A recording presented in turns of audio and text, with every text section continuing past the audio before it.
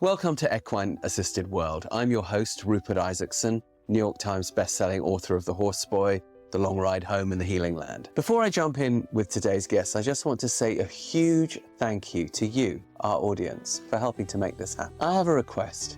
If you like what we do, please like, subscribe, tell a friend.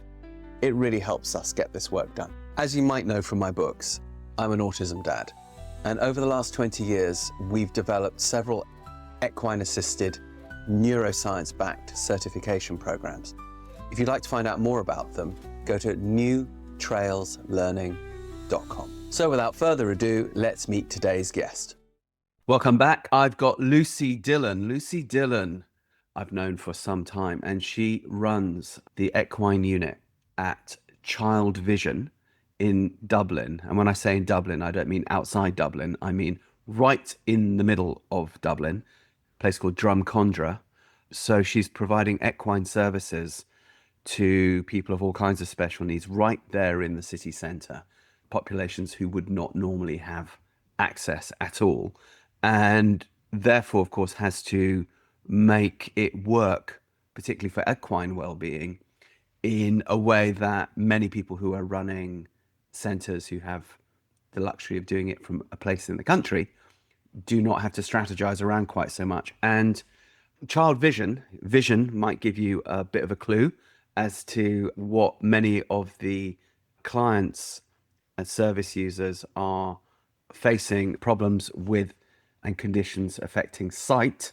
It used to be St. Joseph's School for the Blind, but the services go way beyond that and are being offered at scale. So Lucy works her behind off and produces a service that I have been watching now for over a decade, well over a decade, more like approaching 15 years, and just kind of going from strength to strength. So she's one of my heroes. So Lucy, thanks for coming on. Can you tell us a little bit about who you are, what you do, and why you do it? Okay, so yeah, I'm Lucy. I run the equine unit in ChildVision. I've been working there for 9.5 years, but I've been running the unit for just over 2 years now. We have 10 horses because I actually recently just purchased 2 more, and we see roughly 150 kids a week.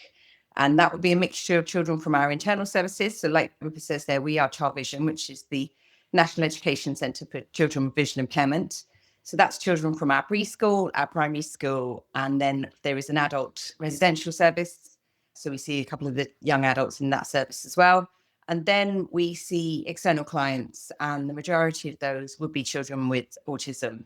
And then recently, more and more, we're starting to see children who perhaps maybe do have diagnosis as well, but would also fall into areas where, say, perhaps community groups where they are experiencing trauma, either through their living environment or their family environment. And so we're offering that sort of a service we're offering more and more now as well. Your background, you're English, obviously, and you're living there in Ireland. How did that happen? And what was your horsey background before you got into this whole therapeutic malarkey? And why did you get into this therapeutic malarkey? Because it's such hard work. Yeah, although actually on that point, I always think that people say, "Oh, it's such hard work." It is hard work, but it's actually really good fun as well. That's someone Indeed. will say that to me. Oh gosh, it must be so hard working with those children. You're like, no, it's just really good fun. Yeah. We have a laugh. Yeah, then yeah, I'm obviously English. I'm from just outside North London, from a completely non-horsey family. Just really, really, I was that little girl that loved horsey books and, looked at ponies and just wanted to ride. And I probably had my first riding lesson when I was, I don't know, about 8 or so, at a very big centre, which is still there actually in North London, called Trent Park. And I rode at Trent Park too, being a fellow North Londoner. Yeah. very good, funny, friend, a very good school friend of mine who's like completely non-horsey. Her daughter now rides at Trent Park and is like, she is just me at 13 years old. Lives up there if she can. And then I progressed to a different place in Enfield, which is also in North London. Funny enough, all my horses I actually went further into London to do all that rather than out into the Hertfordshire countryside, and was just completely mad about them. Had my own pony who was useless, but I adored him. And then when I was finishing school, I wanted to do a degree in horses, which was a very new thing. There was actually only 2 degrees in horses at that point, and neither of them had actually finished, had a full cycle of people doing them. So my parents were like, well, you sure about this? Maybe you should go and work for a year and actually make sure you really want to do this. So I went and worked in a place in Hertfordshire as a working pupil through a scheme that's long, long gone, which was called YTS in those days. I remember YTS, Youth Training Scheme. Yes, yes. Yeah, and I did my BHS exams. And I Okay. worked with a lovely woman. She was an examiner herself, and the centre did run some exams as well. So it was a great experience. And was then still completely convinced I wanted to go to university and study horses. And so I went to Warwick Agricultural College and did the BA in Equine Studies. And that wasn't particularly a practical degree. It was like a business, like people do business and French or business and something. It was like business and horses. But then I also, while I was there, I really sort of immersed myself in the equine unit and sort of got to know, because there's lots of practical horses running there as well. I got to know everybody in the unit, and I worked there for a year and a half in my placement year, which is like your third year. And that involved, helping obviously with the lessons and the students and stuff like that. But also they had a 4 stallion stud at that point as well. So it was working on the stud as well, and then breaking the youngsters and all that sort of thing. So it was really good. And the staff were really good there. The training was really good. There were some really good riders. Most of the staff, and then actually the woman I did my YTS with, trained with Jenny Lauriston Clark. So it was all very sort of traditional based training that I had through all that time. For listeners and viewers that don't know who Jenny Lauriston Clark was, or perhaps still is, she was the lady who kind of put dressage on the map in the UK, sort of in the 80s, really, 70s and 80s. She was the sort of face of it for a long, long time. Yeah, so she was very knowledgeable. Yeah, I think she was the first Olympic person to go to the Olympics for dressage in the UK with I think Dutch so. gold and the Caddiston stud, which was a famous stud in Hampshire, isn't it? I think it was. Don't Um, know. Yeah. and yeah, so my time at college was great. I really enjoyed it. I really enjoyed college. It was great crack. At college is great crack. And then I learned a huge amount about horses. And we had some fabulous horses in the college as well, which was great. Like a lot of ex 3-day event horses, ex dressage horses for the students to ride. And then when I finished college, I wanted to be a lecturer in an agricultural college, and I went to Wolverhampton and did a postgraduate teaching diploma and taught in Northampton Agricultural College during the time I was doing it. And you taught equine stuff? Equine stuff, yeah, like science and that sort of thing, to sort of what was called then national diploma students and higher national diploma students, which are less sort of, that's like A-level equivalents, so sort of leaving school age type courses. And then my then boyfriend, now husband, he moved back. He was working as a manager of a college, a thoroughbred college, working in stud work. But he took a job back in Ireland in a stud farm near where he grew up. So I followed him back home, basically. And I moved back. I moved here. So that would be 27 years ago next month. And so I've lived here longer than I lived in England now. Right. Yeah. And then I did get offered a job to continue lecturing, but it was a long, long way away from where I'd moved to. So I didn't do that. And I started working for a family who ran a big riding school and an event yard called the Kinslers. Really lovely family. Again, really nice horses to ride, nice riders themselves. And I worked there for about nearly 2 years.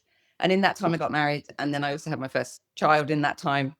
And I then stopped working when he was about 3 months old, just because of things that happened in my life. And then I carried on teaching, riding and riding for people and teaching privately, teaching pony club and all that sort of thing. I had 2 more children.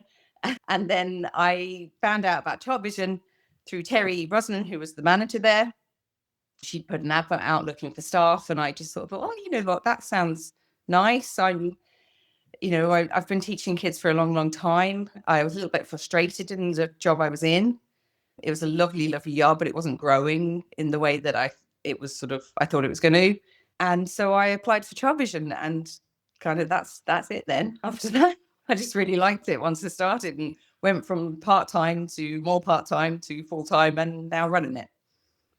Now, That all sounds very smooth. When I first met you, however many years ago that was, and I should, by the way, iterate here that Lucy has only gotten younger since I met her, whereas I, of course, have gotten older.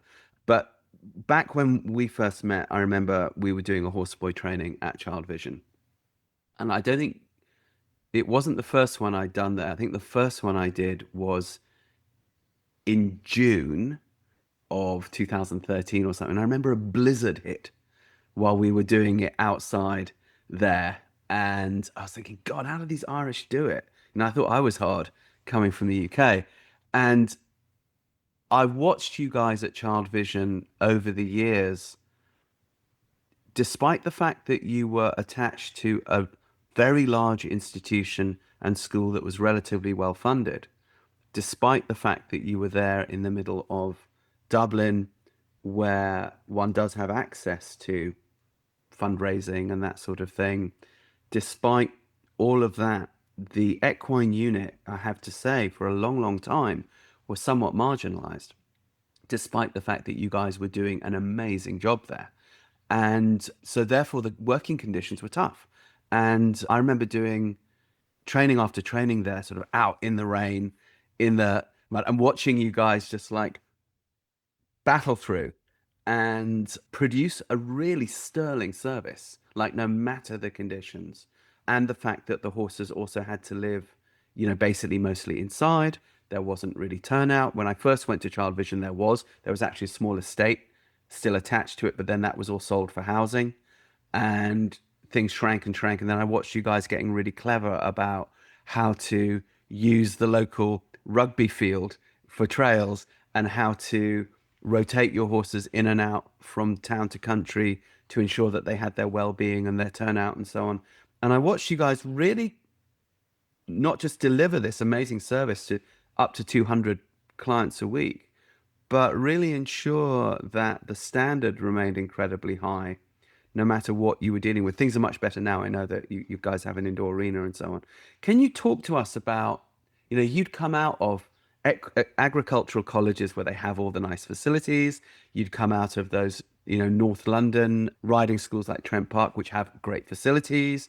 You'd come out of that nice event yard, and then you find yourself in this kind of pioneer situation. And Terry Brosnan, by the way, anyone listening, you need to go listen to the podcast we did with Terry, who talks about having grown up in the Troubles and what she had to deal with just as a family, let alone, but it brings a certain resilience to the table, which I think is really important in what we do.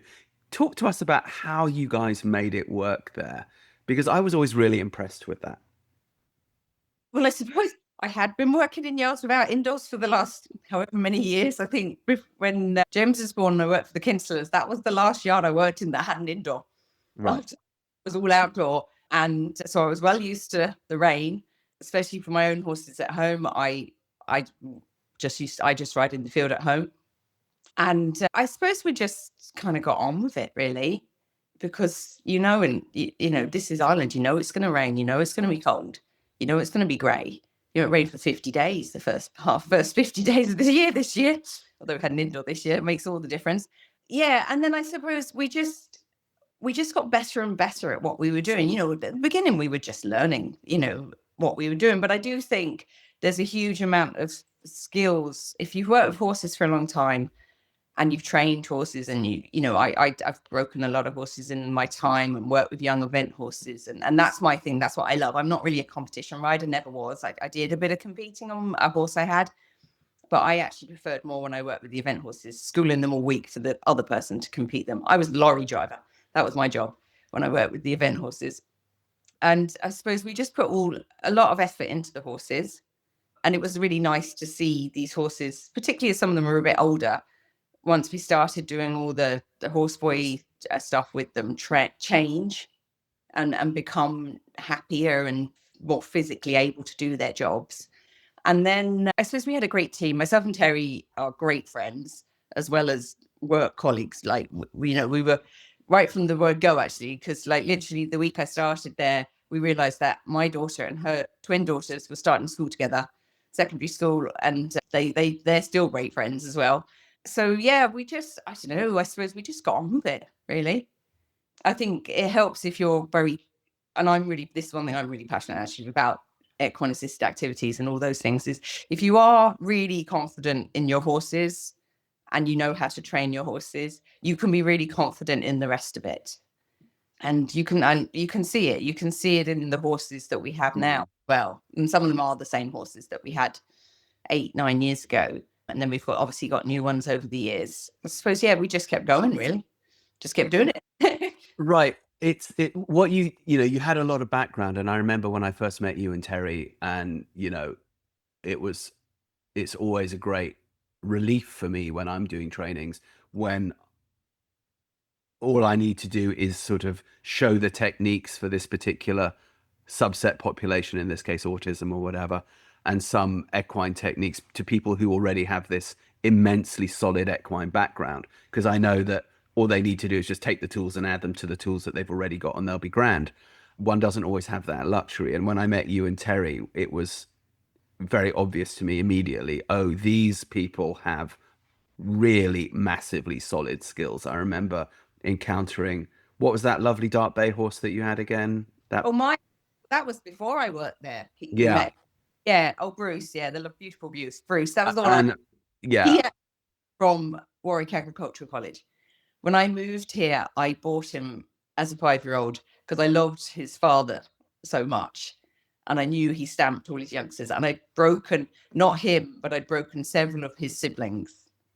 And I went back to England about a month and a half after I moved here to sit my BHS stage 4. And then I went up to college and was like, I'm kind of half looking for a horse, and can I try Bruce? See what he's like. And because he had been sold to the States, and then it had fallen through, so he was still there. And I sat up on him. He was 5. He was just turning 5, and I was like, oh yeah, you just feel like St. George. I'm going to bring this horse home, and I did. I had 20 years. God love him. He was. Yeah, when I encountered that horse with you and I sat on that horse, I took that horse for a trail ride, and I said, whoever produced this horse knows what they're doing. I remember there was this magic moment where I just adjusted my seat and brought my lower legs back just a little bit, just as a, I don't know, curiosity. And he went into this perfect piaffe, like this perfect piaffe. And I'm like, whoever produced this horse, and I think it's that Lucy lady, has done such an incredible job with this horse. I have complete trust in anything horsey that's coming from this human. And that, of course, has been borne out. And as you said, I like that you made that point. If you have trust in your horses, if you have that confidence in your horses, it gives you the confidence to go out into unknown situations. In the old days, we were doing that as cavalry, weren't we? And we were going out there to do that, sadly, to do harm to our fellow man. And now we do it to heal our fellow man, but we still go out into the unknown.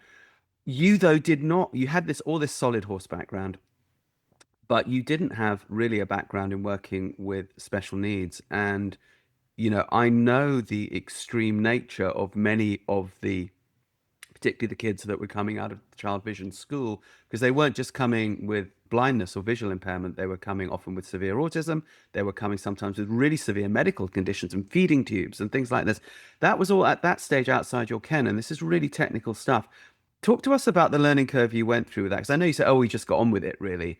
But that's a way of glossing over, actually, a really step-by-step learning curve that I think a lot of people who are just kind of getting into this field could really benefit from your wisdom. How did you go from not knowing much about that, but having these solid horse skills and a big heart, to really learning how to work with this type of technical medical stuff? Well, ChildVision itself obviously has a super team of therapists who work with the children. So there was always lots of advice. And, if you had a question, there was always someone to ask how to support somebody. And then I suppose I just started reading about it. I started Googling, I started watching stuff about therapeutic riding. And then like that, doing the horse boy training and sort of, I just basically read everything I could find. Mm. And all the different things, and sort of made my own decisions about which things I felt maybe looked the right way to go. And then I think as well, as a horse riding instructor, you're already very good at judging a child's emotions, because you're not, quite often when you're teaching riding, one of you've got several of them in front of you, but you're not close enough to sort of whisper to someone, you're right, that you've got to watch their body language and stuff, see that. So you're quite good at that, even without realizing it.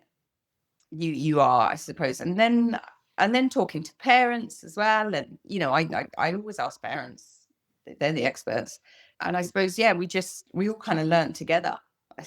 And I do, when I look back, I think sometimes in the beginning, maybe I was a bit too sort of behavior led, not understanding sort of sensory issues quite as well. And whereas now I know for a fact now that we are very, and I hope now I can relay this to my team as I've had a lot of new staff in the last 2 years, this just sort of follow the child. And that is actually, it's the horse boy thing, follow the child, but then it's actually a ChildVision ethos as well. It is very much follow the child, be child led. And lots of organizations say they are child led, but ChildVision actually really is. It's very, and interesting enough, on the last horseboy training we were doing there a month or so ago, a lady came to the training and she has a significant visual impairment. She's the most amazing artist, actually. Look her up, Clara Ryder. She does these Clara Ryder. Is that Ryder with an I or a Y? with a Y. Okay. And Right now, are we talking? of horses. They are stunning, her paintings. And we were just talking about, she wants to volunteer, and I think she's got so much to offer us all in not just in the equine unit, but everybody. She's a young adult who has a significant visual impairment and is living her life. She's an artist.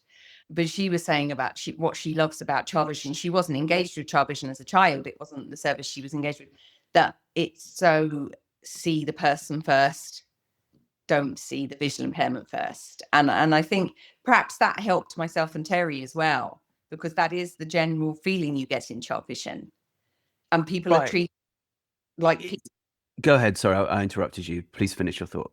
No, that was it. Just like, quite often people, particularly people with visual impairment, can be treated as if they have an intellectual disability.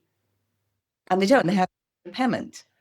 And whereas in ChildVision, it's not like that. And I remember when I first started working there, like, you'd be like, oh, you might say something to, and it's amazing how much in language we use the word see. Can you see this? And like, oh, you look great today. And look at you on the horse. And then do I say that? But actually, yes, you should, because that's language and that's the way people use language. And that's one thing that's really nice about ChildVision is everybody's treated just as the person that they are. As you say, a lot of places like to think of themselves as child-led. The ethos of follow the child, as someone who's had to go through that learning curve yourself, and let's face it, your average horsey person, male or female, we're a bossy bunch, we're an opinionated bunch, and we sort of have to be a bit to do the job that we do. It's part of it because we have to lead. We're in dangerous situations. It's built into the culture. So I often find that it can be quite a tricky thing to help people to understand really how to do it. Some people have it as an innate knack, but not everybody. What for you really, to talk us about basically what your learning curve, about how you went from not knowing much about that to where you are now, and then what's your advice to people, and why does it really work, do you think, rather than just sort of top-down instruction? It's all to do with safety. Okay. That's why personally, so I think if someone doesn't feel safe, they're not going to engage with you. That applies to all of us. If you don't trust someone, or particularly like their views, or feel that they're sort of not actually listening to you, you don't trust them. And so if a child doesn't trust you, be it consciously or subconsciously, that you're not going to get anywhere. So you've got to have trust. So so it works. And I must admit, when I first started, it was sort of like the whole aim was get the kid on the horse. That's what we do. It's get the kid on. Whereas now it's, whatever, if they want to get on, they want to get on. If they want to get off, they want to get off. And I think possibly when we first started, like you say about our environment when we first started, it was more difficult. We were living in a building site, it Yes. was, there was loud noises going on. Things they finished one building site and then they started on another one, the other side of the yard. And so like that, even leading the horses from the stable to the arena, you had to be a bit more controlling with the kids because it wasn't such a safe environment. But I do feel, particularly in the last, I think kind of when we came back after COVID more, myself and Terry, I think we both kind of just were more, this is our unit. On a side note, I actually took all the horses home for COVID. And it was actually a great opportunity to really, really work on all the horse boy stuff with them. So basically you rode them and lunged them and in hand with them every day for 3 months. And so it got really, and I do feel that got me really, really connected with the horses. Now we've got different ones as well since then, and a couple of those have retired since then, but they live with me anyway, so that I'm still connected with them. There's one of them I think live forever, and she's going to be one in the Guinness Book of Records. You know what I mean? Oh, is that Echo, the grey mare. Echo? Yeah. An Oh, yeah. amazing horse. An amazing horse. You must be 40 by now or so. 33. Well, Okay. Yeah. Wow. yeah. That's a testament to your equine well-being, I can tell you. Yeah. And I think that was the time that really convinced me about the training of the horses and how, because she was a 26, 27-year-old horse that we were doing this with. And it completely transformed her. But with regards to the kids, I think it becomes very clear once you start being child-led, you can see the parents change towards you. You can see the environment change towards you. And you see the kid change towards you. One of the first kids that I worked with, like completely by myself, because we did have an occupational therapist who was working with us in the yard and leading and giving, and we learned loads from her, loads about sensory processing and about just the child development as well, which was really interesting to learn. What should the child be doing at 2? What should they be doing at 3? So you can make comparisons and you can see that following of development as well, and the development of speech and the development of motor skills and all that sort of thing. And I find that really interesting. I quite like science and that sort of thing. But one of the first kids I worked with, like just on my own, this kid, he just turned up one day, and I was the only member of staff there. Nobody told me he was coming. A bit of lack of communication, so he just arrived, and he hadn't had an assessment or anything, and which is how we'd previously done it. So it was like, oh well, we'll just go up to the arena and see what happens here. And he was a child he was about 7 or 8, quite big for his age, really, really sensory. His father had taken time off work to support him more because there was a lot of disruptive behavior, a lot of biting, kicking and stuff like that. And we just went up to the arena, and I'll never forget, it was so funny. And the first thing he did was we used like big steps for mounting the horses. And Fred, one of our horses, just standing there. And the first thing he did was he ran up the steps and he bit Fred on the neck. And Fred just sort of turned around and looked at him like, what'd you do that for? And I was just like, yeah, whatever. And he ran back down and he was running around the arena. And I could see the dad, because the dad was like, first thing his response was, and he looked at me to see what was my response going to be. And I was like, don't worry, it's fine. He'll come back. We'll let him come back. And as you well know, our arena in those days, it wasn't quite as safe. It was quite near the road and the car park, and people could look over the fence and watch you. That's one thing I really don't miss in our new building, is being by the general public. And so, yeah, and then eventually he came back to the horse. And then we're like, do you want to get on? And we did, and we went for a bit of a walk around the field, and he kept headbutting the horse. And his dad was sort of saying, this is, it's just sort of that overwhelming feeling of this. And Fred actually kind of led the session really, because every time he headbutted Fred on the neck, Fred just stopped. And then we're like, well, he'll go again if you stop. And so we walked again, and then he'd headbutt Fred again, and Fred would stop. And then we were like, do you want to get off? And he's like, no.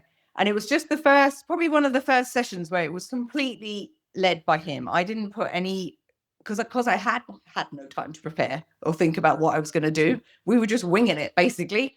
And it went really, really well. And he came for a good few years, that kid. And then it just worked really well. And then they got an assistance dog, and that worked really well because he'd already had the experience with the horses. And yeah, I suppose that was probably one of the first sessions that made me think, actually, I need to just follow my instinct doing this now, rather than what I think I should do. I should just follow my instinct. Previously, if you had been in a previous incarnation of yourself, trying to follow what you thought you should do, what would you have thought you should have done in that situation?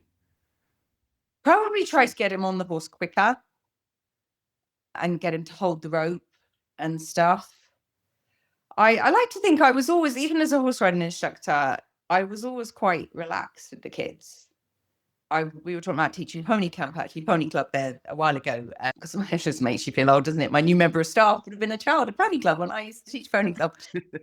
Um, I always used to sort of, even in pony club, I wasn't that one that was like, come on, everybody's tack needs to be spotless, and isn't the yard spotless, and blah, blah, blah. So accordingly, I used to sometimes get the kids who weren't those type of kids, and we'd have a bit of crack.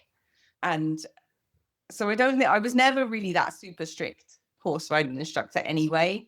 My kids would probably say completely differently about but I've never been that super strict horsey person. And I do think and it's funny when we talk to running instructors who are looking into going into this, and we talk to them about their own places and their own horses, and we talk about the yes environment, like the horse boy yes environment, that, if the kid wants to run up and start touching them, they all love the horse's tails, don't they? Mm. Start touching the horse's tail, it's fine. And I always say to people, think about your riding school ponies. Would you really be worried about someone doing that with them? Because actually they're probably not in your riding school if you're worried about them doing that sort of thing, are you? And most of them are like, well, yeah, actually. And I always say this to people as well, think about your own pony you had when you were a kid.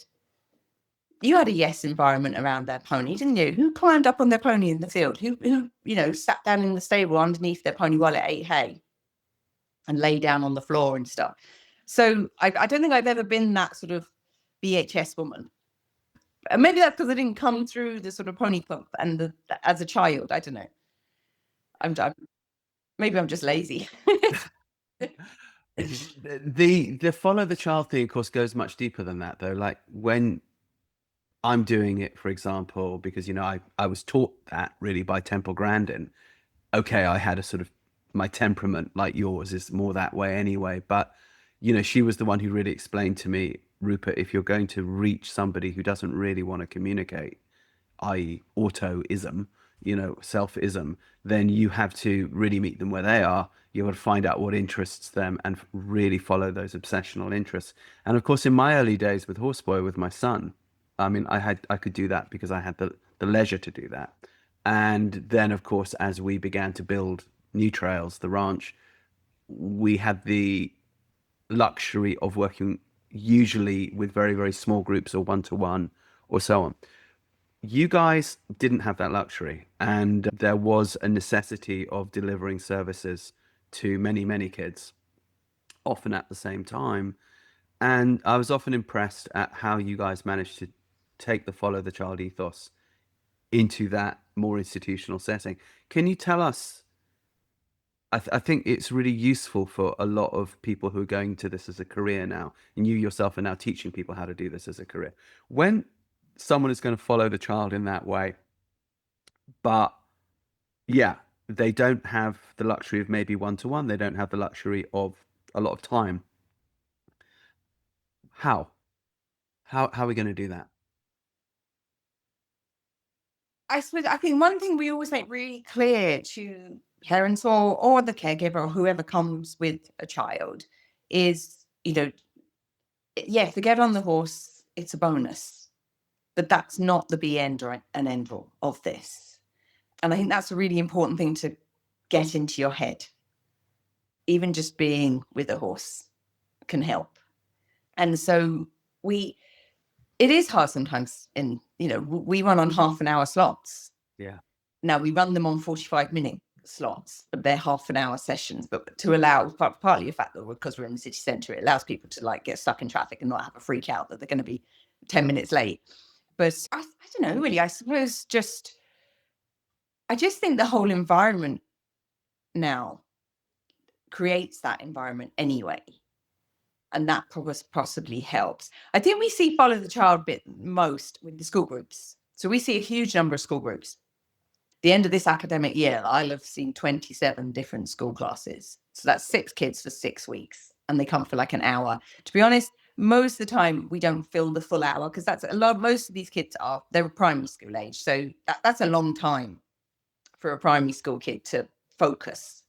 Yeah. And so with the school groups, there'd be 6 kids, and there'd be generally 3 instructors, if not 4, there in the group. And so you have an idea of what you're going to do with the group. But it's very much, and even in the old yard, we used to do this. You could shut the gate at the top of the yard. If a group came in, we had like a little picket fence you could kind of shut. And the yard was closed in then. And you make your environment safe. And they will come in, and you can then just say to the SNAs and the teacher, relax, they can't go anywhere. Doesn't matter what they do with the horses. These horses are trained for their job, because particularly actually being in the city centre, a lot of people's perception of horses is quite different.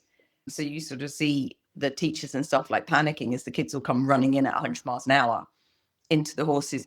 So you set it up then with the teachers and the SNAs. And now actually what I do is I actually send them all the information before they come, and there's information about the problem and the solution, the cortisol and the oxytocin, and there's information about what's expected from them when they get there.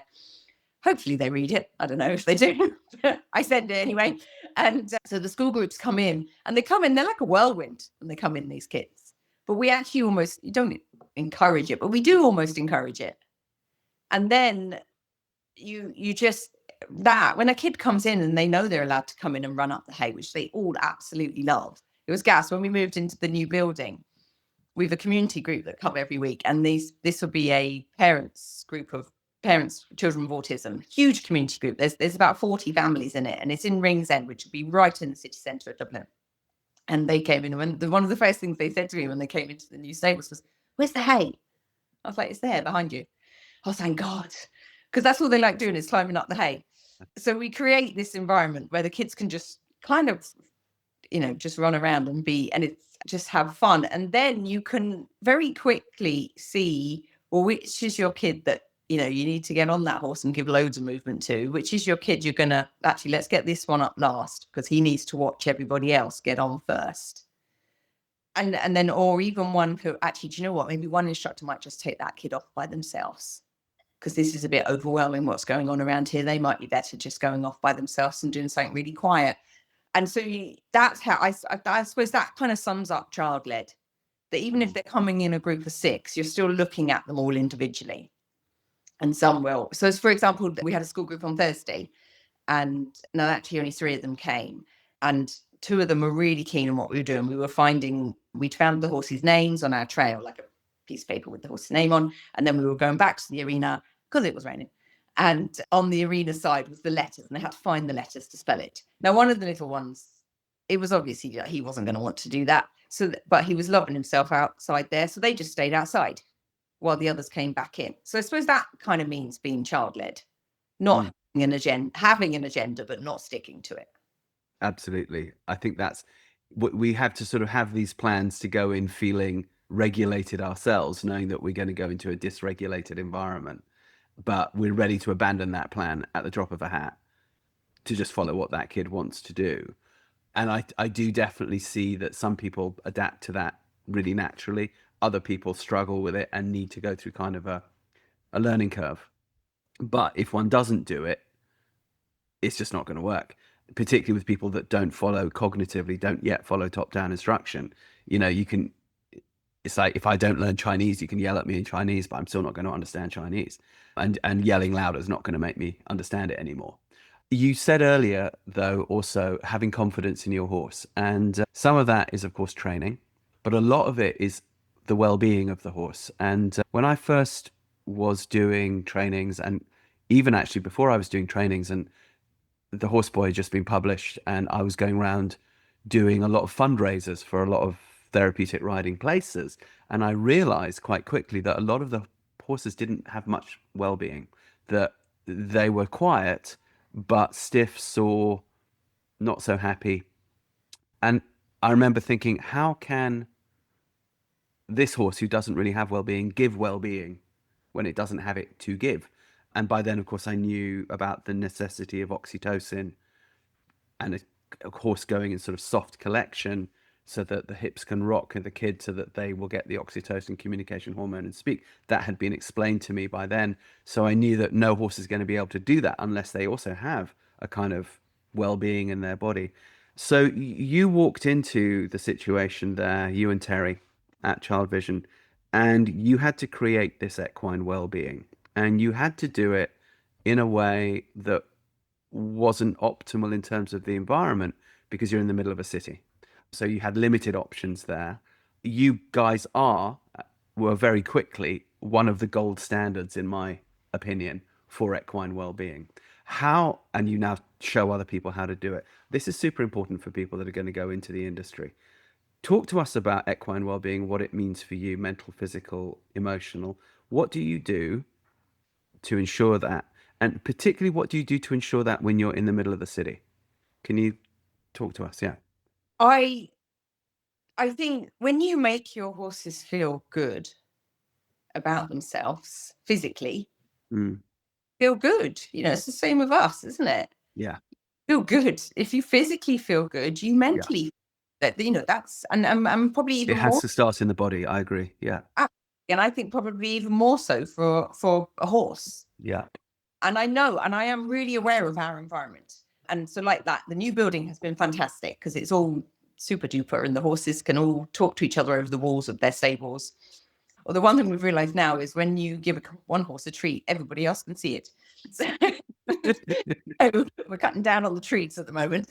But yeah, and actually even the old stables, the way the stables, because they were very old buildings, very beautiful, like old coach house Yeah. and the Avon and the stables, they were all very beautiful looking, weren't they? And everything. Yeah. Visual impairment point of view, they were really not very good. But even in those stables, each horse could actually touch its neighbor, Mm, which was important. I think even like I'm a great advocate of the riding school pony. And mm. people, riding school ponies get so much stick, and people who have them get so much stick for not like, oh, the riding school pony, I wouldn't look after him. I wouldn't give my horse to a riding school. I gave my pony to a riding school. I have a little pony. Depends on the riding school. Depends on the riding school. Yeah. Yeah. Yeah. But I gave my pony to a fabulous woman up in Meath. You've met Rita, and Yeah. Marita had, and because Crunchy, he's been up there for 3 years because I know she looks after them really well. Yes, they work, but they look after them really well. They have great crack with them. They have great variety in their life, and they live in gangs. And actually, that's what horses want to do, is live in gangs. That's one of the biggest things with horses. So for our horses in ChildVision, I think the way we made them happier was the big thing was make them feel really good in their body. And you see it now with who's like, well, Bull, who's still in the service, who's a fabulous horse. He'll be 24 this year. Yeah. And gets lunch 3 times a week. And he loves it. Like he's waiting for you to tell him to do a walk to canter. Like sometimes he'll just do it anyway. And you're like, no, I didn't actually ask you to do that. But even and the in-hand work and they I don't know, I suppose if you look after your horses nicely and you have consistency with them, consistency in their handling, consistency in their routines, you train them in such a way that they feel good about themselves, you feed them properly so they have the energy to do their job. Mm-hmm. They are sociable with each other. That's the big thing. So I think the thing with our horses, yes, they are in the city centre. Yes, they don't have turnout. So we have, like, the way the new stables have been designed, we have a little playpen for them. It's not that big. It sort of wraps around the back of the stables, but also then it links to some of the stables have windows that we can open. And then if someone's in the playpen, they can actually put their head in the window and talk to 3 or 4 of them through the window. But they don't have big turnout. So they have to, we rent land and they go on holiday 4 times a year to just have a week of nobody. So they're going at Easter again. They were out at Christmas. But they're a very tight little herd. I think that's another thing that's really important for horses is that they have their gang, just like us. We need our gang. Like I'm Yeah. blessed. Stability within the herd is a wonderful thing if one can have it. Yeah. Yeah, and they're a really tight little gang. Now I've just added 2 new into it, so I'm waiting till after they've had their Easter holidays before I start using those 2 in group sessions. because they'll be in the gang properly by the time they've had a week in the field altogether. Yeah. They've all met each other, but they haven't, bonded as the gang as such. So yeah, I suppose and when I did notice that when I first started working at ChildVision, and Terry hadn't long started there either, some of the horses weren't great. Mm. They weren't suited for that job. They didn't like the high volume of people coming up to them every day. They didn't like having another horse really close to them. And that's horses. Some do, some don't, I have a mare here at home and she just wants to do her job and then put them back in the field, leave me alone, please. She's not that fuss around type of horse. Whereas I have another pony who actually has now joined ChildVision, my daughter's pony, because she's at university. I knew when she got too busy to keep riding him, he was the one every time you went to the field, he's like, hello, can you bring me in, please?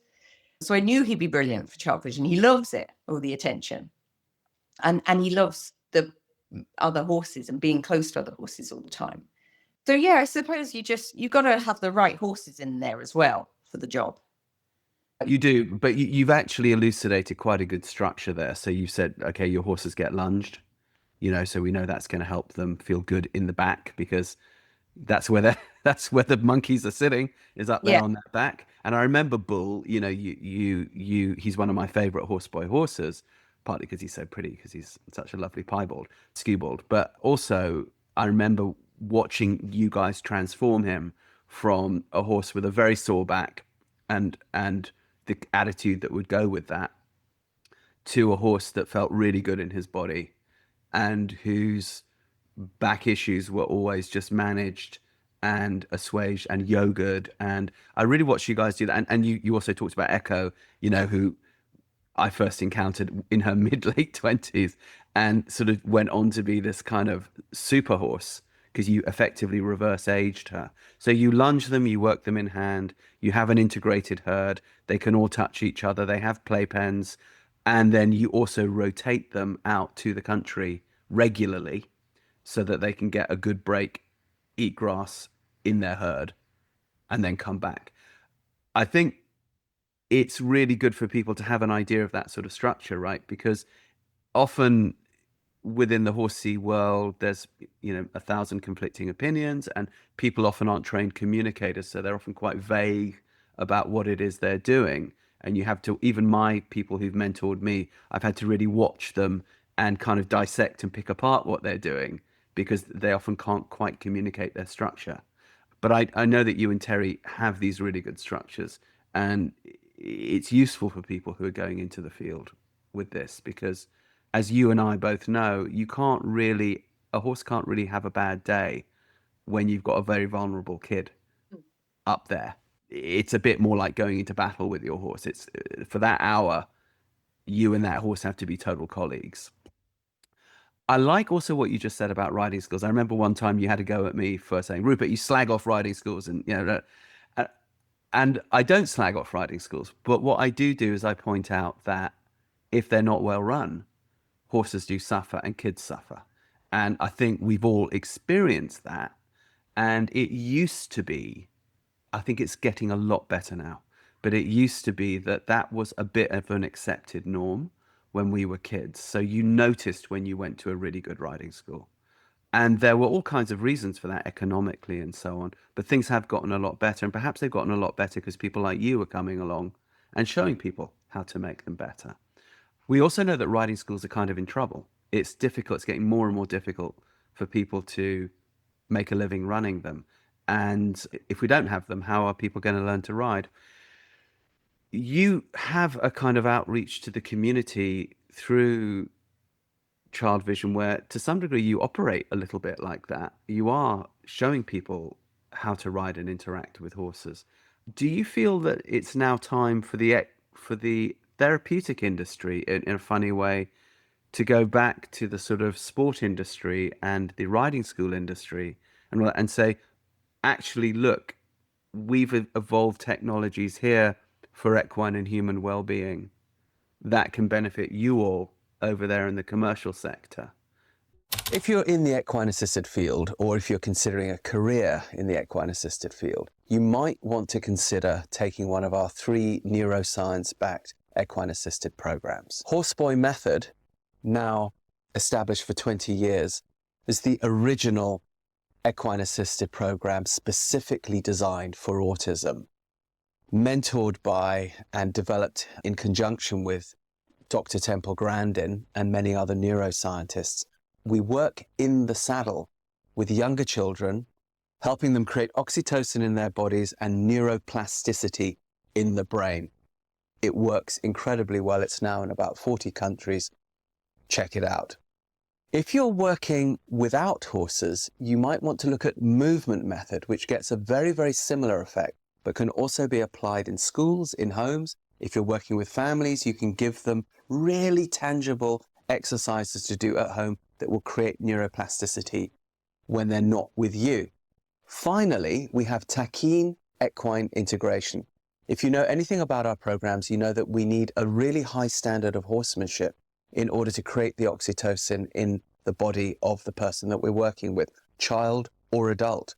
So this means we need to train a horse in collection, but this also has a really beneficial effect on the horse's well-being. And it also ends your time conflict where you're wondering, oh my gosh, how am I going to condition my horses and maintain them and give them what they need, as well as serving my clients? Taquine equine integration, aimed at a more adult client base, absolutely gives you this. Have you noticed a bit of an interplay now going on as the horse industry evolves this way, with the more sport-oriented side beginning to look now a bit more to the therapeutic side? What are you noticing? I think so. I think therapeutic riding is the good news story that the equine industry needs. Yeah.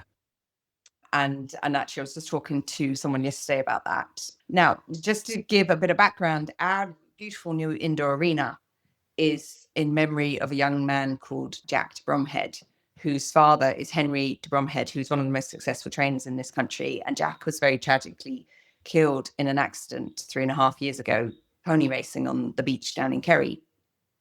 And so family and friends of the de Bromheads raised the capital fund to build our centre, and it's named the Jack de Bromhead Centre.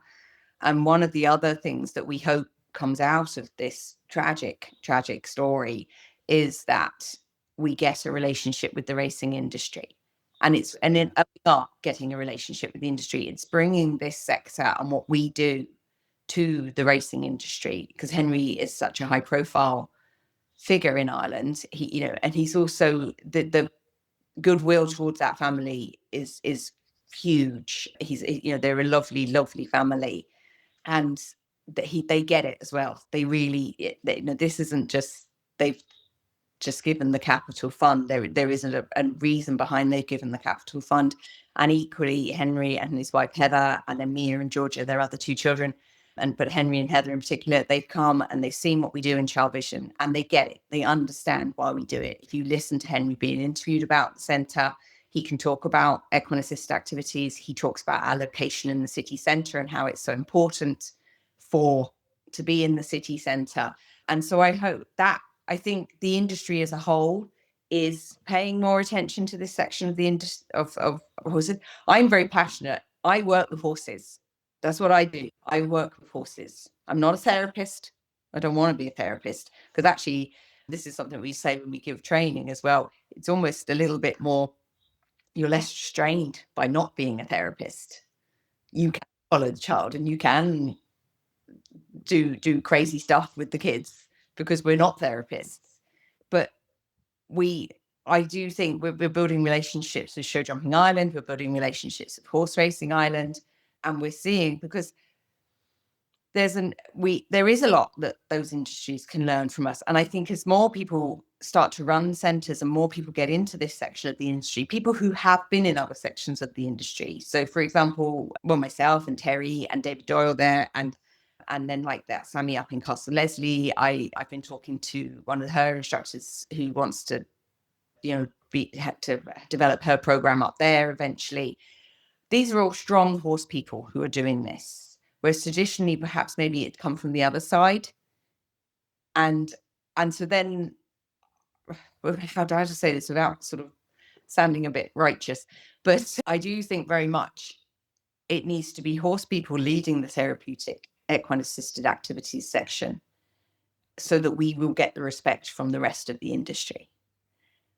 We need to change the view of what this, we're not just touchy-feely patting ponies, so I'm really strict about when people come down to visit us. I explain the science, I explain how we train the horses, I show them the horses, because we're not this. So for example, yesterday actually we very kindly got a nice check from the Irish Thoroughbred Breeders Association, and it was kind of like the younger generation in the Irish Thoroughbred Breeders Generation through Tattersalls Island, and they came down to present the check, and Bull stood there looking fabulous, while they presented the check. But meanwhile, the session that was going on in the arena at the time was 3 young lads with their youth workers, with Rachel and Ali, my 2 instructors.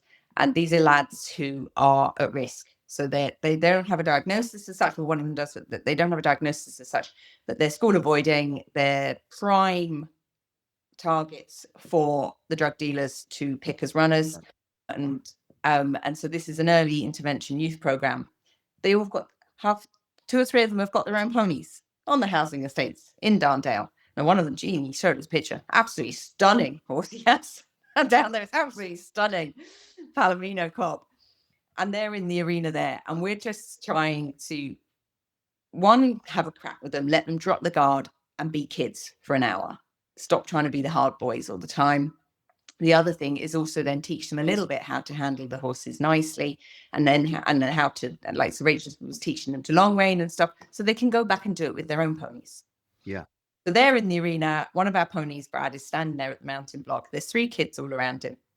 And then they're doing this thing where one's getting on and the other one's leading the other one, and they're going as fast as they can to see if they can actually make each other fall off. That was the aim. And this leads into follow the child. That's as far as you can get from the strict riding instructor as you can get, isn't it? Actively trying to make the kid jump off the horse. And they're running round and round and round, having so much crack. And then they're all waving the whips, because what is it about young boys and whips? Like, they just want to crack them and wave them. And the 3 guys from Thoroughbred Breeders Association are like, Jesus, look at that horse. He's just standing. Brad's just standing there in the middle of it all. And they're like cracking whips all around him, and he's just standing there. And that's again about the confidence thing. And I said, well, if you look really closely, you'll see Brad will close his eyes in a minute. Because Brad takes any opportunity for a little nap. So there's Brad. Brad's in the middle of it all with his eyes half closed. There's 3 lads running around him waving whips. And I think that's really important to show people like that, that these are really good horses. We're not dragging horses around arenas and patting people on the back. Aren't you great sitting on the horse? It's actually full on wild sessions sort of thing. Yeah. And the horsemanship that goes into that is huge. Yeah. The horse. You guys, I think, in Ireland are really at the cutting edge. There's involvement from Horse Sport Ireland. There's involvement from the Thoroughbred Association. Now it's coming into the other areas, show jumping, as you say, because of course all these people are having to look for what's the aftercare, what's the second career for these horses. But also there's money coming from those sectors now into the therapy world. And this, of course, was not so when we were all beginning. And I work a lot in the USA. The Thoroughbred Aftercare Alliance there is getting more and more active. Some of the horseboy places like Square Peg in California definitely have that relationship with them. But your average place over there, and I think to a large degree in the UK as well, is very self-supporting and a bit isolated. And one of the things that really encourages me about Ireland is this embracing by the horse industry of the therapeutic side of things, which I think will spill over to other countries, because other countries do look to Ireland as a sort of horse authority, and whether they're doing that romantically or whether they're doing that practically. When you talk about, for example, the show jumpers, what are you seeing now coming in from these other parts of, say, the competition industry? Because they're coming under fire public, from the public eye, in the way that the racing industry has been for a long time. People are starting, there's bad stuff has happened at the Olympics. We all know about it. More and more the whole public license conversation gets going. Are you having to go and court them? Are they coming to talk to you? What are the conversations that are going on at the moment? an awareness. I think the reason why Ireland probably is a bit more ahead than other countries at this is it's a very small country. Mm. Yeah, it's a very, very small country. So everybody knows everybody. I mean, I really noticed that when I first moved here. I came from North London, so, and, it is a very small country, and there's certain circles that all move around together. And I suppose, so then it's sort of people naturally reach out to each other for support. That's the way it works in this country. Mm. Who you know. And so the more people get into therapeutic riding, and particularly ones who have maybe previously been a competition rider in the past, or knows or has worked with people, it just brings everybody into it. I think also equally in Ireland as a country, and I noticed this when I moved here, 27 years ago. And I suppose other countries probably are the same now, but in those days, even as well, disabilities are much more open. And I think everybody, I don't know what I'm trying to say here really, but I think especially in the horse industry, it is a very small industry. So you have connections everywhere with people. Yeah. And so if I might meet someone and they're down the country and they've come to ChildVision and they're here for some corporate thing or something, and I'll say, well, have you heard of Liskinnet Farm? And they'll probably know someone who knows someone, or they know someone who attends it. And I think that's probably going to help with Ireland. Mm. There is also a thing where in Ireland, everybody has to come together, because if you don't come together, you're going to be the odd one out. So come together. And the Horseport Ireland have been very encouraging. Like, I think they want to bring this section in. And again, as I just said earlier, as more and more strong equine places come along, the more they will listen. And then I'm part of a national network of people doing this, and you came to the thing in Castle Leslie where we would talk the HSE and the NHS and people like that. And I'm lucky in the sense that I come from a large organization, so I have the backup of a large organization behind me to allow me to do that sort of thing. I'm not a sole practitioner, but I like to think now there's very little gatekeeping on what we do here. Mm. And this is one of the things we say at ChildVision: anyone can come and visit us. Anybody can come and see what we do. Come and shadow us for the day, see what we do. Because I could build a whole nother ChildVision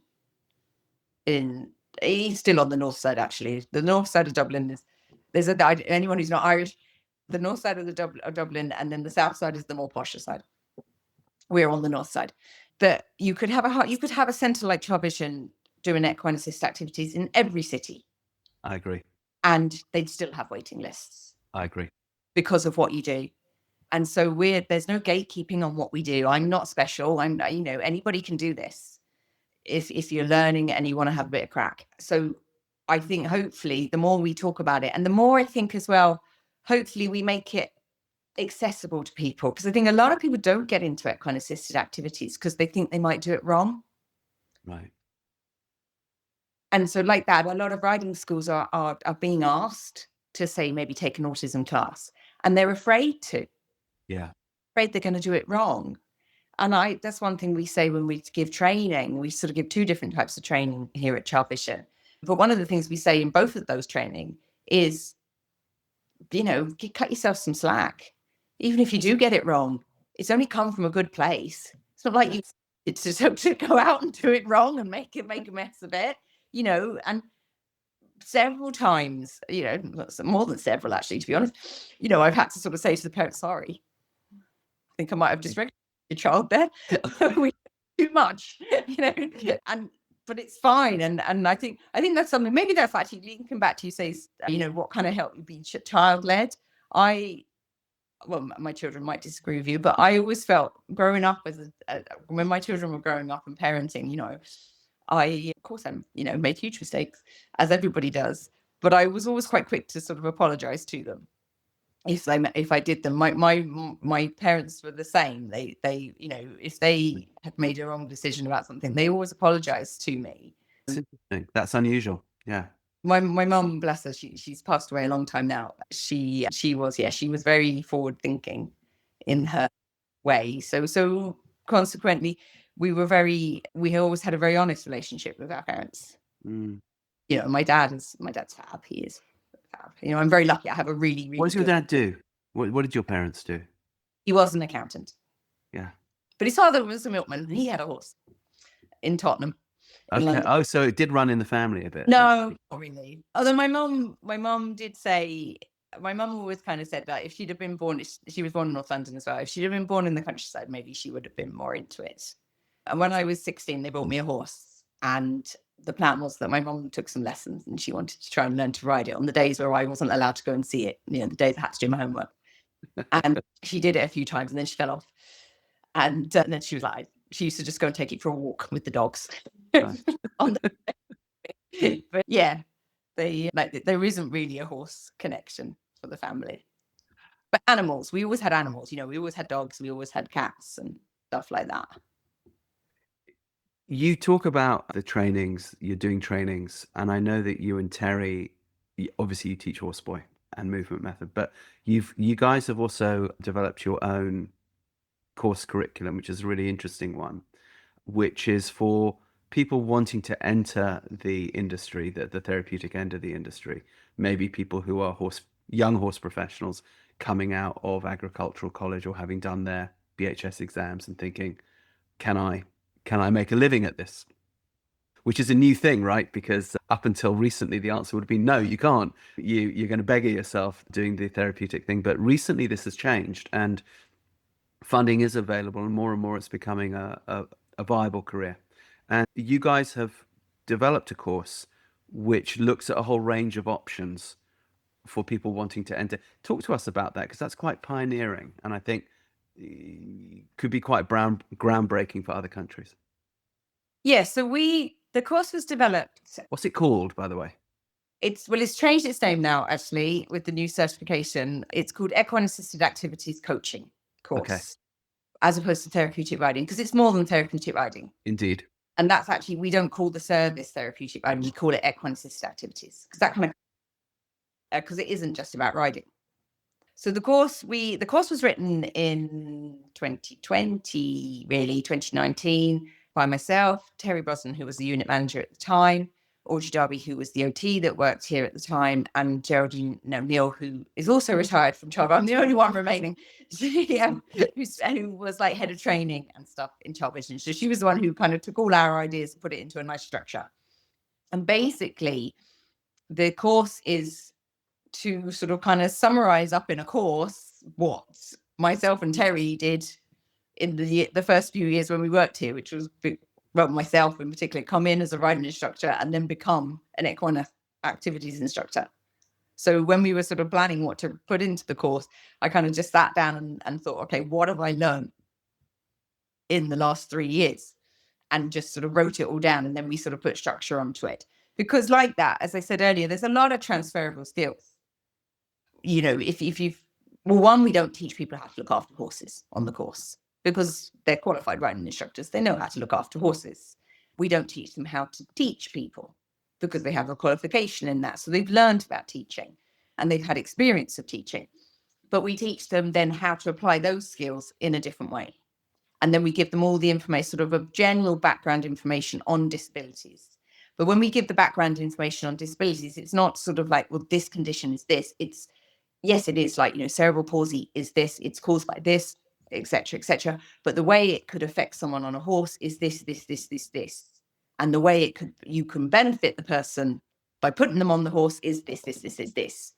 So that's how the course is very much written. It's about how to deliver this type of program. So, but we do encourage everybody to then go and do the horse boy as well for the horse training side of it. But we talk about just running sessions and how to communicate. The big section on the bit of actual running sessions is communication as well, and how to communicate with people and the different ways to communicate with people. Yeah, so it's a good course. I really like giving it to people, because it's very, we try and give it in such a way that's very backwards and forwards. There's an awful lot of stories from us and stories from them, making it very relatable to people. So yeah, it is. It's a great course. I like it. So who has taken this intro course to the industry that you've seen now go on and do some interesting stuff? So a lot of people, actually. There's been a lot of people through the course. Yeah, a lot of people have opened up their own business, like a new business doing therapeutic. And then other people who it's the riding school, and they've added it as a section of the riding school. A bit of overlap between people who've done horseboy as well, between the two courses, because one of the aims of the course is that it's very accessible. So actually ARA, which is the Association of Irish Riding Establishments, that was the body that was involved in getting the funding to write the course.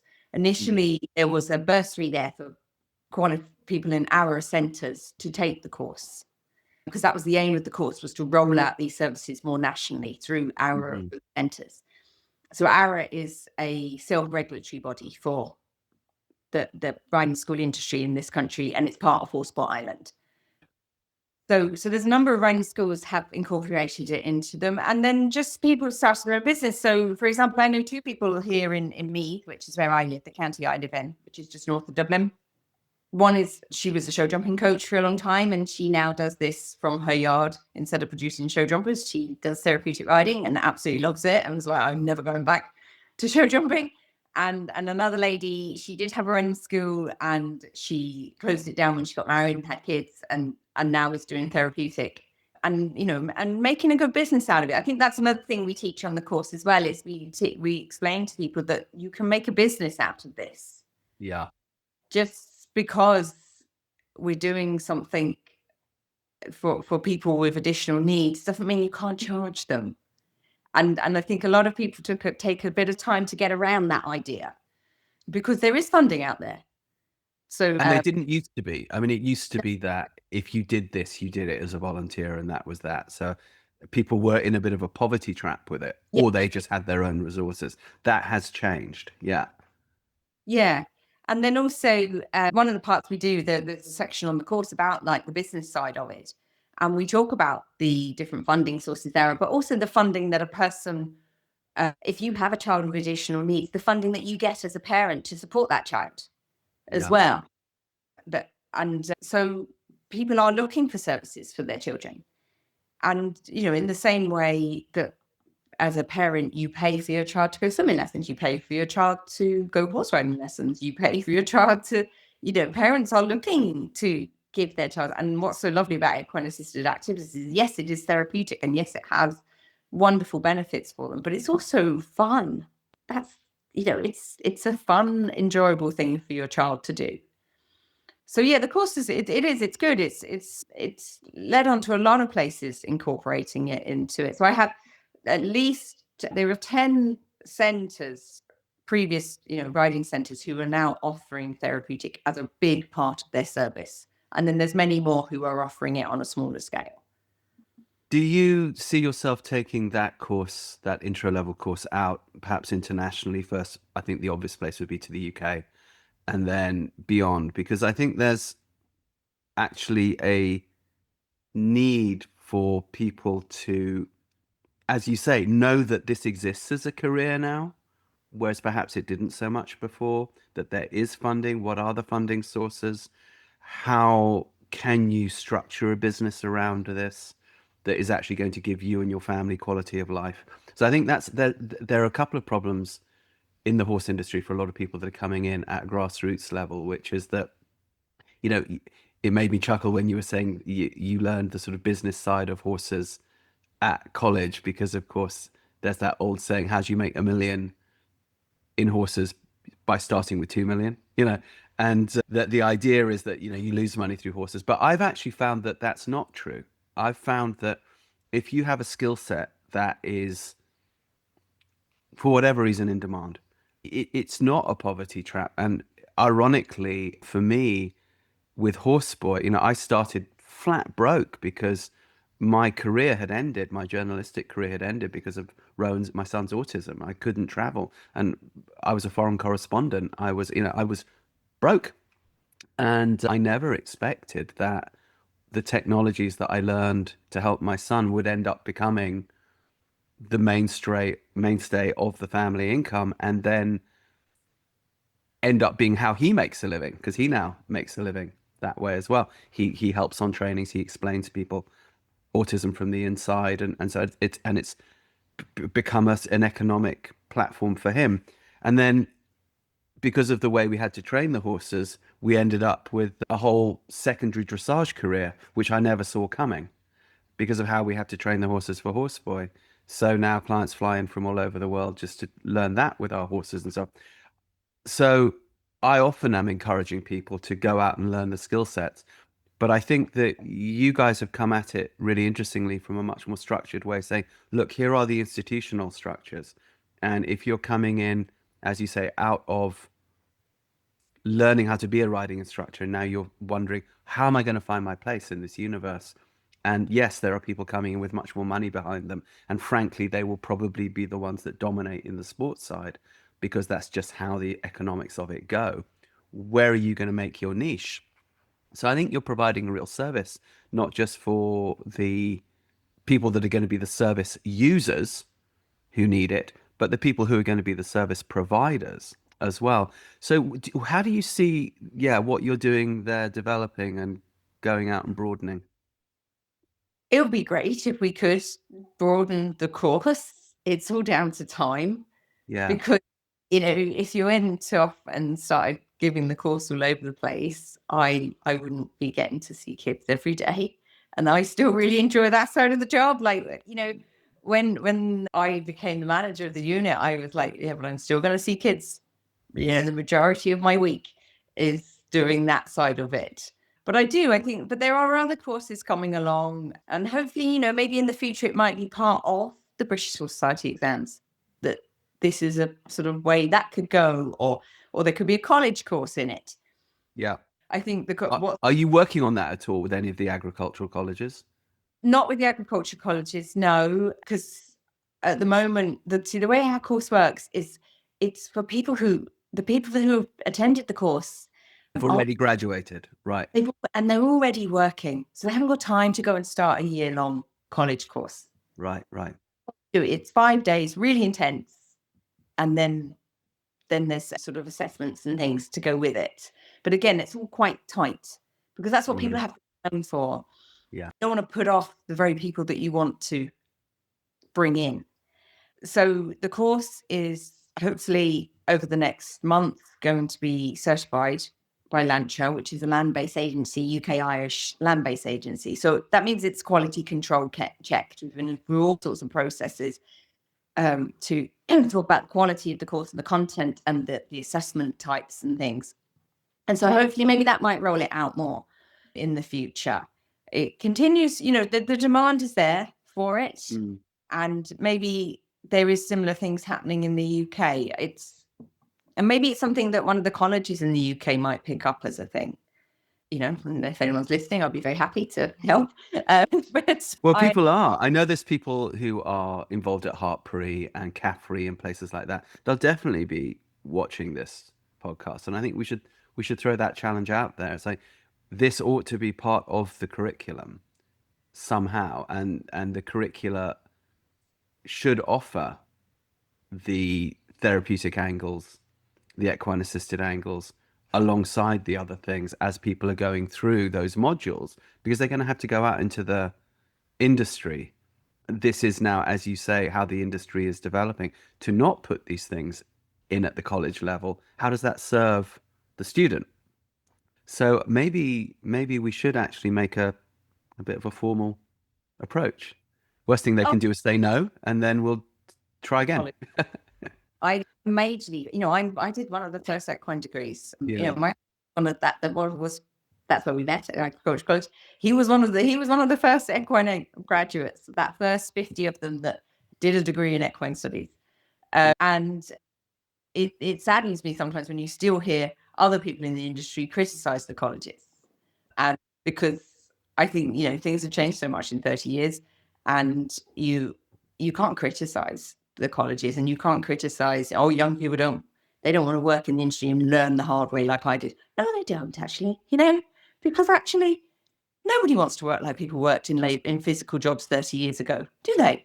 Society, I don't want to work. My grandfather was a milkman around London with a horse and cart. I don't want to do that. Yeah. Nobody does. So I think, people have to be realistic about, it's not that young people are flaky, they're just a bit more informed. And so is society. And also what we know is, even if they go through college to learn this stuff, you're still going to have to run your program, and that program will still demand a lot of physical and mental and emotional challenges from you. That's going to take care of itself. Yeah.